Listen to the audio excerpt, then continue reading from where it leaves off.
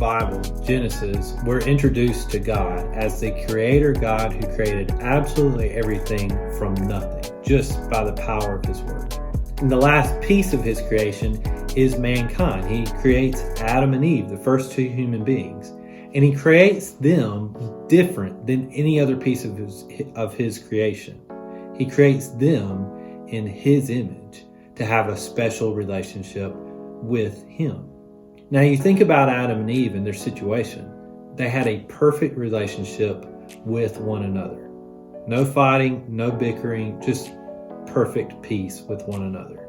You think about their environment, and they had a perfect relationship with their environment where they could gather all that they needed from their environment without any trouble, and there was no danger, was no sickness, there was no death. But even better than any of these things, they had a perfect relationship with their creator God. Now this is where it begins to all fall apart. In Genesis 2 and 3, we're told that God had given Adam and Eve one restriction, not to eat from the tree in the midst of the garden. In Genesis 3, we're told that they did. Now the Bible calls this disobedience sin. And in our conversation about the gospel, this is where we need to define exactly what sin is. Often we think of sin or disobeying God a little bit like we think of our law here. We have things like traffic citations and misdemeanors. Then we may climb up the ladder to felonies, and then even felonies that deserve the punishment of death. And we think of our sin as most of the time being on the level of traffic citations, and at the most maybe a misdemeanor or two. But that's not at all the way that the Bible speaks about our sin. And that brings us to Romans chapter 1, verses 18 through 23. For the wrath of God is revealed from heaven against all ungodliness and unrighteousness of men, who by their unrighteousness suppress the truth. So we see the wrath of God, we think justice of God, his punishment of sin, and the words that Paul uses for sin in this verse is ungodliness and unrighteousness. And he says, by their unrighteousness, by men's sin, they suppress or cover up the truth.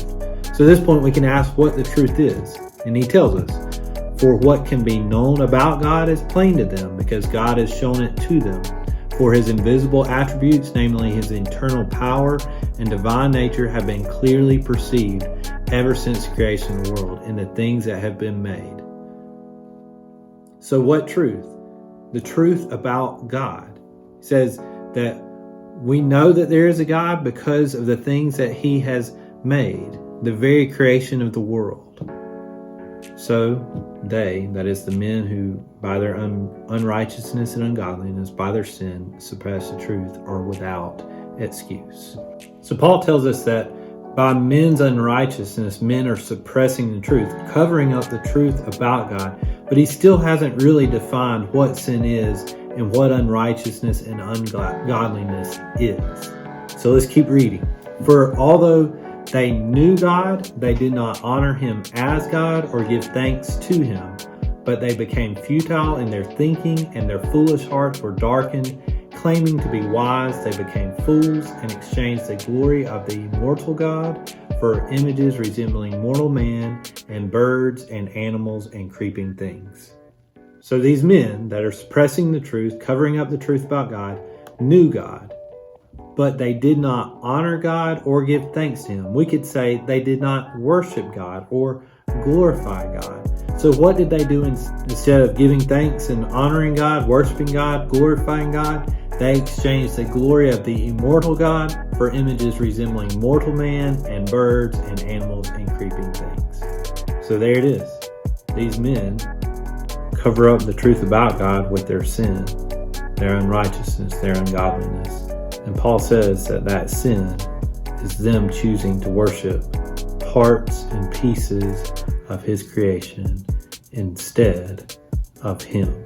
No matter how seemingly small a particular sin is, like eating from the tree in the midst of the garden, that sin is massive. Because at the root of that sin and every other act of unrighteousness or ungodliness is us choosing to worship someone else or something else rather than the God who created us. And that begs the question, am I without excuse? And are you without excuse?